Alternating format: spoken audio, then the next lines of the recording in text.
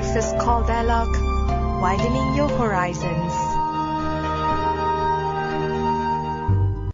Hi, this is Arlene. Hi, this is Gowri. And you're listening to During ASEAN, the voice of discovery. Today is the third segment of our show today, which is the day before Deepavali, but we are going to talk about an interesting book that was written by Hidayah Amin. She's an author from Singapore, and she also holds many other hats.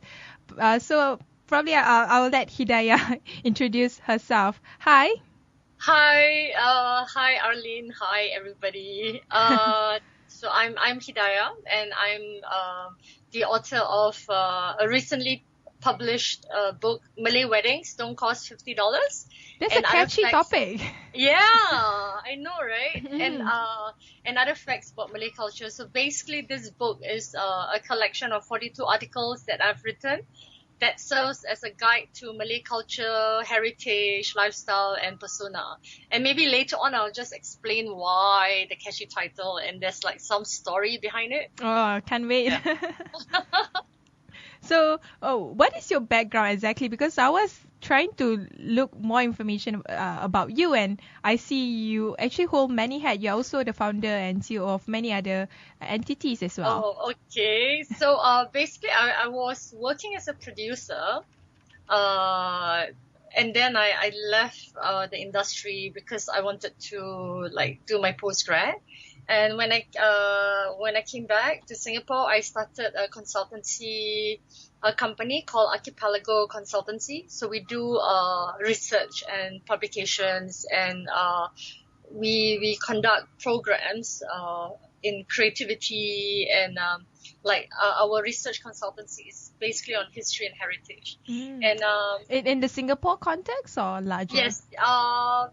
Basically, it's because the company is quite new. It's about 2 years old. So we do. I have done some projects for Indonesia, and I've conducted trainings in Malaysia actually. So we are trying to expand slowly, but mostly the projects are Singapore based. But I'm not discounting that. Hopefully, we'll move beyond Singapore, Malaysia, Indonesia. Mm-hmm. Yeah. So the focus of your current book is about Malay culture. Have you Yes. been writing about Malay culture before this?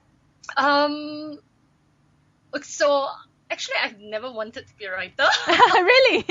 Yes. I mean, I wanted to be a doctor, right? But so what happened was, I have a blog called Hidayah World Traveller.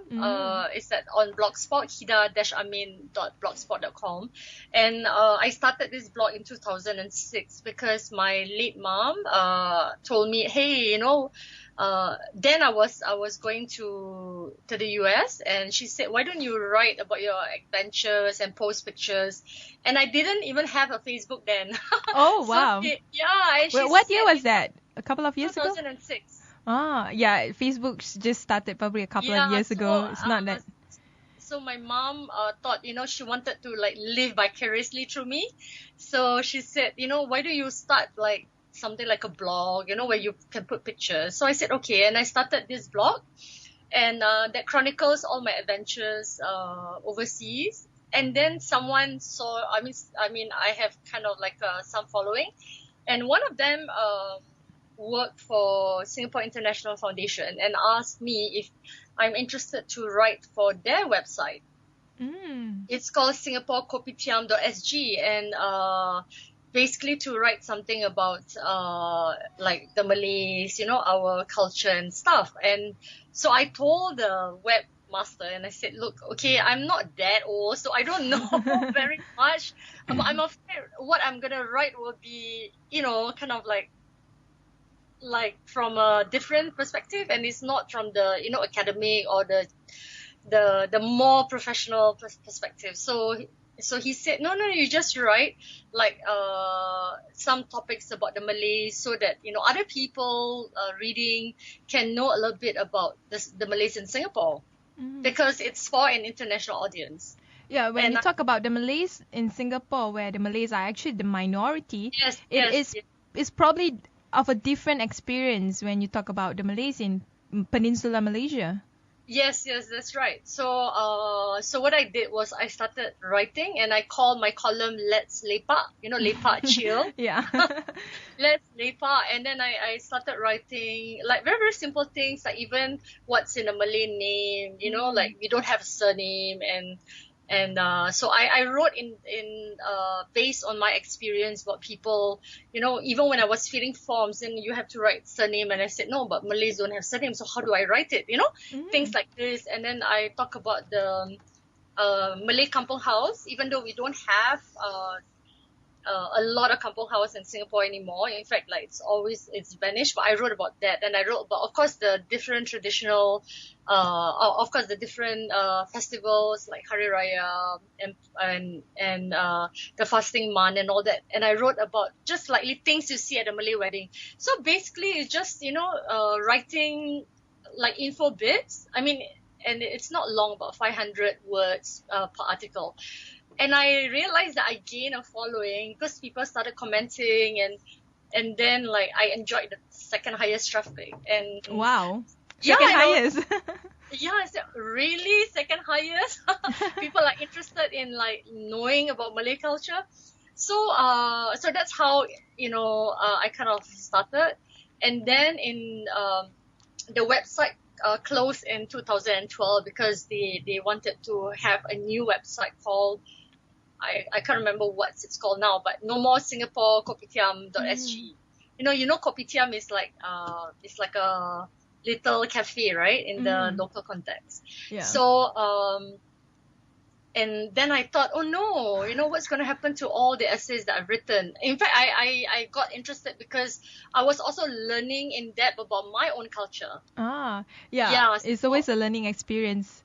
Yes, so I was really I was like, not so devastated that I cannot write anymore. And so I thought, okay, maybe I'll just wait and see how I can use all these articles. So by then I've written about 47 to 50 articles about the different aspects, even like the Malay language, and from even then the traditional clothes and all that. So, and something happened in 2012. I'm not so sure if people in Malaysia know this. What is it? It's somebody commented on Facebook, and she is Malaysian. And she's Malaysian, and she worked in Singapore, and she commented on Facebook about Malay wedding. So and she said something like, because she lived in the housing in the flat, and as you know, majority of the flats in Singapore, we have this kolong, like a white deck. Below there's a big empty space like on the ground floor for people to like chill and sit down, and even we can hold weddings there, especially for Malays. We like bigger space and very informal setting. So it's an empty space below the housing area. Yes. So it's called void deck. Void deck. Okay. Yes. It's something new to us in Malaysia. I don't think we ever used that word before. We don't have land in Singapore, so all high rise. And so what happened was, this lady, her name is Amy Cheong, and I think she made this comment about Malay weddings and how that it's noisy, and she couldn't sleep, or she was trying to sleep in the afternoon, where there was a Malay wedding happening at the void deck, and obviously with weddings there's music, right? And then she said this comment, why should society allow people to get married for $50? Oh, really? To that effect. Yes. She was commenting that, but isn't it racially insensitive in Singapore to comment like that? Yes, precisely. And she commented, and she said something like that. That's why the infamous $50 remark. So she made some other comments on Facebook, and it went viral, and people were upset. And people they kind of reacted, and even it's surprising that the non-Malays actually stood up for the Malays.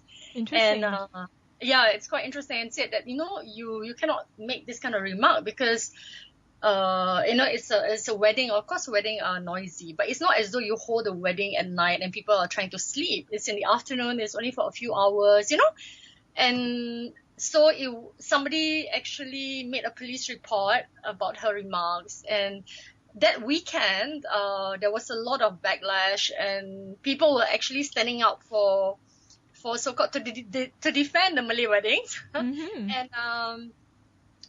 and by the following week, she was actually fired from her civil service job. I see. That is very heavy.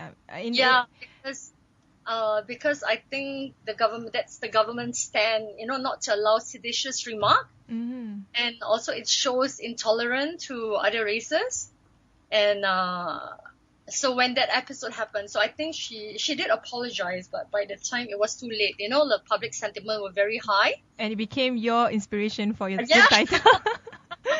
Yeah, and then I thought when I was writing the chapter about Malay wedding, so I thought, maybe I should call it Malay Weddings Don't Cost $50.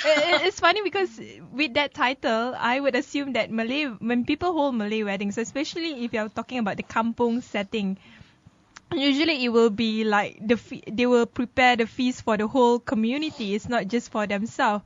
But I would probably understand it might cost $50 if everyone within the community would chip in. Someone bring the rice, bring the cows, bring all these different bits and pieces for the kenduri. So I don't know. It might cost $50. Yeah, but maybe you're talking about it in the olden days. Yeah, in the where olden days. people actually bring, they contribute rice. When you're living in a kampung, right? They contribute drinks and all that. But still, in my book, I actually quoted let me see. There's a lot of research done in this book, so I actually found a book by Judith Damore. It's about Malay kinship and marriage in Singapore in 1959. And even then, she listed the Malay wedding budget. Belanja kahwin, wedding expenses. The amount usually varied between 101 and 301. Wow. Yeah, so you have wedding clothes, $15 to $40. That was the amount then. Yeah. And then gift to the Qadi, $15 to $30. So basically, even in 1959, it cost more than $50. Yeah, so I thought I just wanted to poke fun at this issue, because I think at the heart of this problem is people don't understand about one another. Mm-hmm. If she took the time, and we were quite disappointed because she's Malaysian, Mm-hmm. she would have had Malay friends or lived among the Malays, right? And yet she made this kind of remark. So and you see in Singapore then even the Chinese and the Indian communities, they actually stood up against her, and they said that you cannot make this kind of like insensitive remarks, whether or not it's $50 or it doesn't cost anything. Mm-hmm. It is someone's prerogative. That's Yeah. true. Yeah. I want to focus on other topics that you wrote within the book, because I was looking at the press kit that you sent. I think you put all the different subtopics within the whole book, and one of it is "Don't Label Me lah," stereotypes of the Malays, and a few other topics regarding on the Malay identity. So my question to you: what is the Malay identity means to the Malay in Singapore? That's like a thesis topic in the making. Or at least, what does Malay identity means to you? Because you are Singaporean, probably your experience being a Malay is different from being a Malay in Peninsular Malaysia. Yeah. So, as we all know, historically, like we are the natives of Singapore, and then through migration and after like 1819, and when Raffles invited a lot of Chinese coolies to come and to Singapore, to build up Singapore, and now from becoming a majority, we are a minority. So I think the Malays in Singapore, I would like to think the younger generation, at least, they don't know so much about Malay culture, as in we are how do I put it? We are so-called, because we are a minority, like. But do you think that it is also because Singapore's rapid economic development has somehow diluted the cultural heritage of not just the Malays but majority of the race and religious of the Actually, Singaporean community? Would that be the case? I would say maybe partly, but also because there have been efforts by the government and by organization to kind of like encourage people to know about their culture. You know, like even this book that I've recently launched, it's supported by the National Heritage Board. You know, they give me some funding to actually publish this book. So basically, there has been effort, you know, by the government to and also individuals like myself and association to kind of like remind us about who we are in terms of course, we are Singaporean, but we are also unique because, you know, we have the Malay culture, Chinese culture, Indian culture, and, you know, maybe the Eurasian culture. But I think maybe the younger generation, because of modernization or development or whatever, they are maybe less aware or less conscious about their own identity. And maybe they identify more to the Singapore culture. But then again, like myself, I mean, I'm not like very old, but Don't worry, we can't tell the difference. yeah, but those generation that grew up in the 1980s, we kind of I mean, modernization and development, but you know, after a while, you always want to find out more about your roots. Especially so when you are like, for instance, when I was in like the US, there's only like, I'm the only like Malay girl in the university, and there's 3 other like Malaysians, Malay there. And when people ask us about like, oh, what are you? Are you firstly like Singaporean? Who do you identify with first? So it's kind of a very difficult situation, because you identify both like as a Singaporean as also as a Malay. It's interesting you raised that particular area, because in Malaysia, even the minorities, if you are talking about the Chinese and the Indian, even though they identify themselves as Malaysian, but they also feel strongly of their racial heritage, as in like they also feel strongly to emphasize the identity of being a Chinese and also a Malaysian. Yeah, I think well, I mean, we do too. I mean, we're very proud of our identity, but also, you know, and we have like every year, even in schools, we have racial harmony day, you know, where the kids actually wore the traditional like costume of another race, or you know, and they learn about like each other's heritage. But of course, I mean, it's a bit, we are proud of our culture, and we have like our own, you know, festivities like Pesta Budaya or something, you know. We have our museum, Malay Heritage Center and all that too. But I feel that, especially this book, because it's written in English, it is more so important because so far there's very limited books in about the Malays in Singapore written in English. So a lot of it is written in Malay. So one way for me, at least, the reason why I wrote this book is just to bridge that barrier. You know, I wanted to promote understanding. I do not want like the Amy Cheong insensitive remarks, because especially when you live in a multicultural society, remarks like that could actually start like a riot. It might start.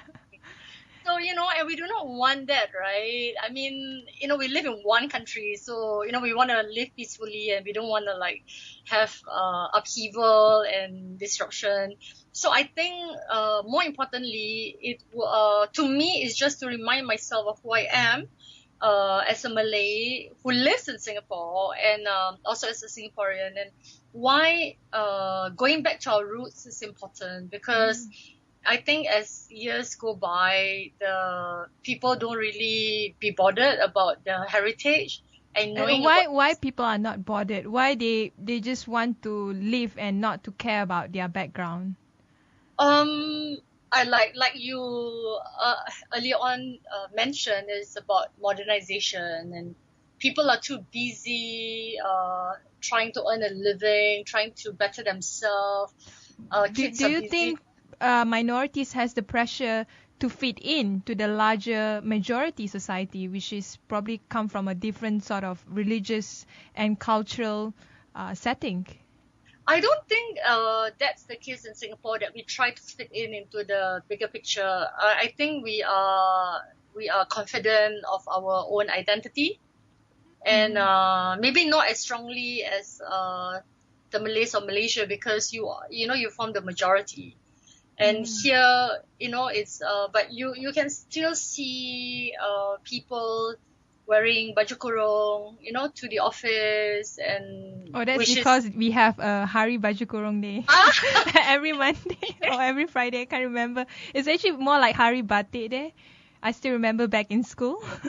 Oh, okay. So Yeah. I thought it was yes, I know yours is maybe more state implemented, but ours is more like initiative by individuals, that they want to, hey, we are Malays, we should, even Hari Raya should wear our baju kurung, baju Melayu.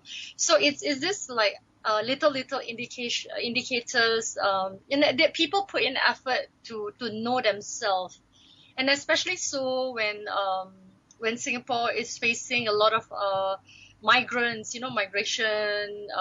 migrants coming to Singapore of a different culture and heritage. So the more so, I think people want to uphold their identity. So I think it's different when you are a minority in a in a predominantly like Chinese community as compared to Malaysia and other places. So if you look, I'm not so sure, but if you look at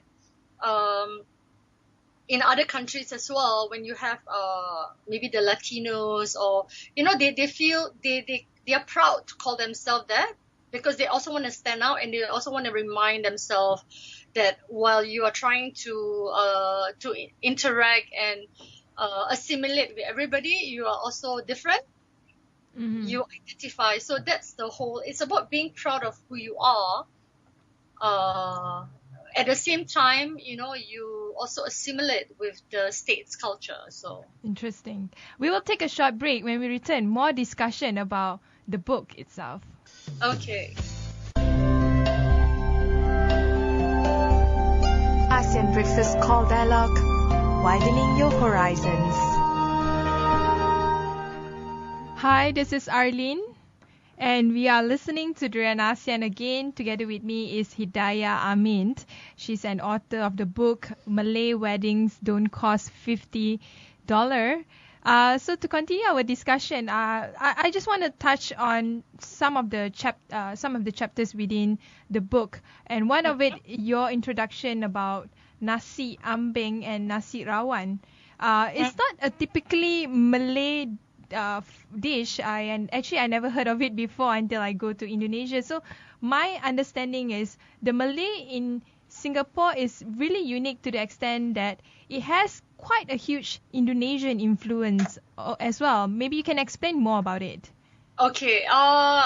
So basically, how at least I categorize the Malay, we are like one rumpun bangsa, right? Like one group of Malays.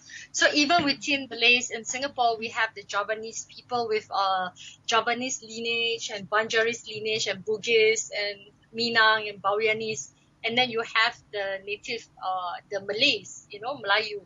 So, and as for myself, I'm fourth generation Singapore. My great grandfather was born in Singapore in 1851. So, but his ancestors we trace to two different. They are from Indonesia, but on my maternal side is Javanese, and on my paternal side is Banjaris. That hail from Kalimantan. So you see a lot of Singaporeans, you have mixtures of Indonesian lineage. So a lot of our food also has traces of that. And even cultural practices. Like, for instance, in the chapter When Rice Grains Cry, I wrote about two rice dishes, nasi ambeng, and nasi rawon.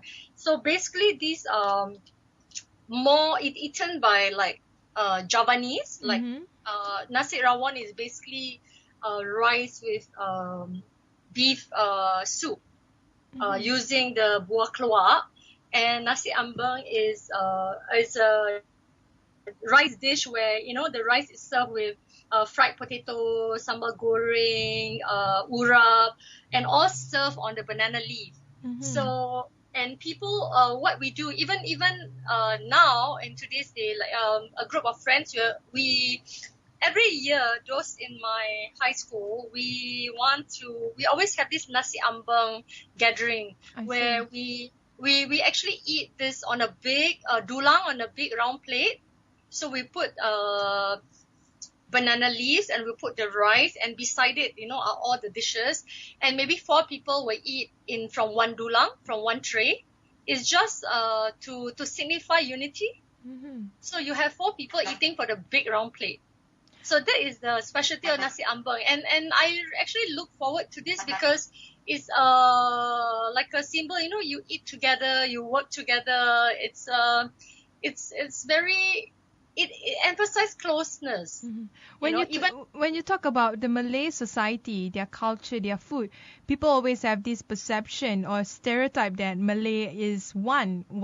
It's just one people. But when you describe nasi ambeng and the unique culture that you are practicing, which is something might be a unique culture that is foreign to some part of Malaysia, I have a sense that the Malay society are actually as diverse as any other society in the world. You have different cultural practices, different food, even different dialects. Yes, it's the same as like if you look at the Chinese community, you have like the Teochew, the Hakka, the cake, the Cantonese, the Hokkien. So it's the same as the Malay community here. You have the different so-called sub-ethnicity. And lately you see there is like a revival of, we want to know who we are. And some of my friends, they actually attend Javanese language classes. Wow. I can imagine how hard it is. Yeah. They have like they identify, let's say, okay, my great grandparents, my ancestors are actually Javanese, so I want to like learn the native language. So as for myself, I grew up in a household, in my maternal household, we are like so-called, we have Javanese blood, and some of our we of course we speak Malay at home. We rarely speak English at home, but the Malays are peppered with the Malay language is peppered with Javanese words.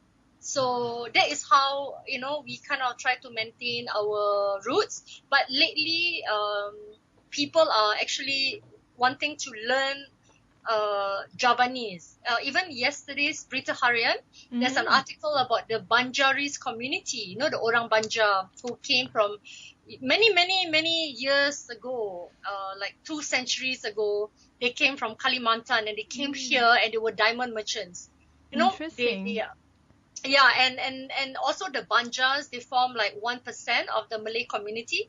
Like in Singapore, the Malays are 13% out of, and 1% of this 13% are the Banjaris.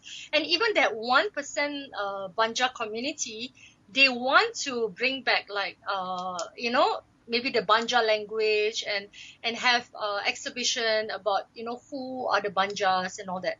So last year, the Malay Heritage Center organized an exhibition about the Bawianis, you have an exhibition about who are the Bawianis, what are their characteristic, their culture, their specific dishes and all that. It's basically not to disintegrate the Malay community. It's just that people now are more aware of their real bloodline rather than, okay, we just lump sum, we are Malays. Yeah, like what the statistic would be. Or the you all are census. Malays. Yeah, to make it easy administratively, Mm-hmm. Yeah, but people, I mean, I think the older generation, some of them on their identity card, they put their Bawianese or Javanese. But now in today's society, there's no more. So you're lumped as Malay. Mm-hmm. Yeah. So How that's the it unique. how is it being a Malay in Singapore and trying to struggle with your identity has and another question related to that, when you are struggling with your identity, has religion become a strong enforcement towards creating that Malay identity, or has it been a force eroding the Malay identity that you can relate it to the past? Okay, that's a very interesting, and of course, 45 minutes will not cover the topic. Surely. But let me just relate, because this book was launched on Saturday, 2 days ago, and in during the launch, I actually we kind of like arrange it to be like a Malay wedding, not like a normal book launch, and so It doesn't cost $50 to. yeah. So it costs more. But, during the so-called book launch, we have this Tepung Tawa ceremony, which you can read in the book, where guests are invited to kind of bless the couple. But it's quite interesting when you talk about religion, because nowadays, even recently when my cousins got married, so they tell the family, no, we do not want to do the Tepung Tawa because it is like against religion. So they basically skip that ceremony, and they just, they just like sit on the wedding dais, and then people come and take photos, but no Tepung Tawa, because, and you're talking about people who are not so-called, the bride do not wear hijab or do not cover their hair and all that, but yet they think, no, this is against religion, we are not going to do it. So in a way, culture is slowly being eroded, because people put more emphasis on the religion. And there seems to be this idea that religion is a form of purification, meaning that you have to follow this one identity of religion. And the same is happening in Malaysia, although they are still society that try to preserve certain part of the Malay culture in a way that some people are who are very much invested into religion in a more in a more fundamental ways, that they assume that any culture that is not in line with the dominant religious culture, in this case Arabization, then they would exclude it. Yeah, that's also the same problem in Singapore. When people are getting more religiously conscious, and then they want to so-called, they say, no, certain things we don't want to do because it's against religion. So I think the issue here is to try to find a balance, and it's also individual, and it's also you have cases where people are upset. Like I know my aunts were like upset why my cousin refused to do certain rituals. Because they say it's religious. And then when you look at a couple, okay, are you really that religious that you did not want to do this, and then the parents get upset. There are some people who just do it because they do not want to disappoint their parents. So it's a very delicate balance, like my friend, we have this thing that we said, kahwin susah, tak kahwin susah. You get married, so difficult. You don't get married, also difficult, So it's just to find that balance. And I think nowadays,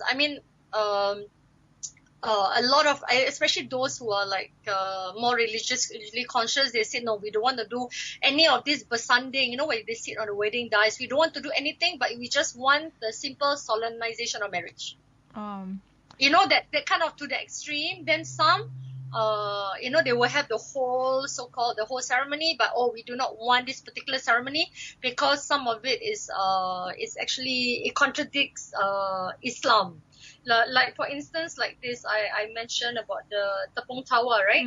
Where you actually take the throwing of the berteh, which is the rice fried in the husk, and the pulut kunyit, all that. So it's said that even it's like you're feeding, the rationale was that the birthday serves as a gift to the supernatural being so that they would not disturb the couple. But So it's, but these are I mean, if you are talking about supernatural stuff and our past origin, I mean, the Malays were Hindus back then, probably yes, thousands yeah. of years ago, and these are the cultural heritage that came about it. But Yes. now the practice of certain ritual, I won't say ritual, but cultural practices are more as a symbol of what Malay identity is all about. I mean, if you are talking about religion, I don't think anyone is worshipping any spirits yes, other than, of course, a monotheist God. So does Yes, that of make course, sense? it does, but the thing is to be even associated, because these are even you sit down and bersanding on the wedding dais, right? Mm-hmm. It itself is a remnant of Hindu culture, or even wearing the henna, Mm-hmm. but some people, I don't know, because of religious upbringing or because of this religious consciousness, they just want to forgo. So the debate now is, if more and more people are like forgoing certain aspects of Malay culture, then in future people will not know about it. Mm-hmm. So like one of the stories in the book that I wrote is called Potong Andam, where it is not an ancient ritual. It's a ritual where you can kind of like determine whether the bride is a virgin or not. Oh, wow.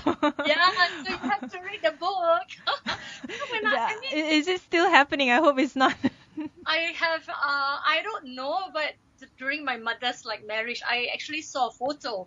So I asked her, what is this photo? You see the mandam, you see her, and then you see like all these things on the, like a coconut husk and candle and all that. So I said, what is all this? And she said, oh, this is a potong andam ritual. So I asked her, what is that? What is it for? Obviously she didn't tell me. So I went to do research about potong andam. I actually did a short film about potong andam. Like what is this ritual about? It's basically to determine, whether or not the bride is a virgin. Not so much as to humiliate her or to not allow her to get married or whatever. Can people access it online for the documentary that you made? No, not yet. I might put it on YouTube. So I have not, but during the launch, I actually showed the film. So basically, but I wrote about it in the article in this book, Potong Andam. Mm-hmm. So basically, Potong Andam is like, you see, like Malays believe if you are not a virgin anymore, and it's your first marriage, kind of like you lost that bright light from your face, the sari is gone. So the mandam kind of, when will cut, like, I think some hairs from your forehead, and when it falls, they can actually see the way the hair curls while falling or something, kind of like she can know whether a virgin or not. And so the task is for her, if the girl is not a virgin, she cannot tell anybody. Basically the ritual is very secret. It's between her and the bride. And if she's not a virgin, then she will have to do her best to make that radiant come back to her face, by makeup or by whatever. So it's a very, I thought it was quite interesting to actually write about this, because current, young generation do not know so much about this ancient tradition. And so I wrote about that also, and I think now nobody practices it. Yeah, but it's an interesting piece of cultural history, I would say, that people should know about it. How can people get your book, especially us from Malaysia? Okay, so this book is being distributed in Malaysia as well. You can buy it at the major bookstores in Kinokuniya, MPH, Time. So, and if they did not stock it, please tell the bookstore to stock it. And we might, for our other listeners from other countries, we are also thinking of putting this book up on Amazon, so they can check it out. I just launched this book, so give us some time to do this kind of arrangement. Oh, how can they contact you directly if they have any inquiries about the book? Okay, I can give like a website. So I have a distributor. What they can do is they can contact they can email to customer SVC, or I just spell it. It is CUSTOMER SVC. That means customer service, right? At apdsing.com. apdsing.com. That's the distributor. So they can, if they can't, they just email to the distributor and say, hey, we want this wonderful book. Thanks very much. But before I end the show, I just want to ask, who's the couple photographed on the cover page? Oh, wow, I know. So, okay, I will not keep you all in suspense. In fact, a lot of people ask me. So, the cover photo is actually the wedding photograph of my grand uncle. Wow. Abu Bakar. Okay, this is the story. So he was matchmade to his bride, Bibi Khatun, you know. And what happened was this wedding took place during the Japanese occupation. And after the wedding, you know, Japanese occupation, you know, life was quite hard. And he actually developed tuberculosis, TB. Mm-hmm. Wow. And he passed away at the age of 25. It's very young. Yeah, very young. And the thing is that his wife did not remarry until she died. That's somehow true love. Yeah, that's what I thought. So I thought, what more appropriate than to just put them on the cover of this book. Mm-hmm. With that, thank you very much, Hidayah Amin. Thank you very much for having me. Yeah, let us know if you are launching the book in Malaysia. Yes, I think we will do it in Penang, so I will keep you posted. So, or even in KL. So okay, yeah. Thanks. Then I can meet you and some of the people. Mm-hmm. Yeah, thanks very much. Thank you.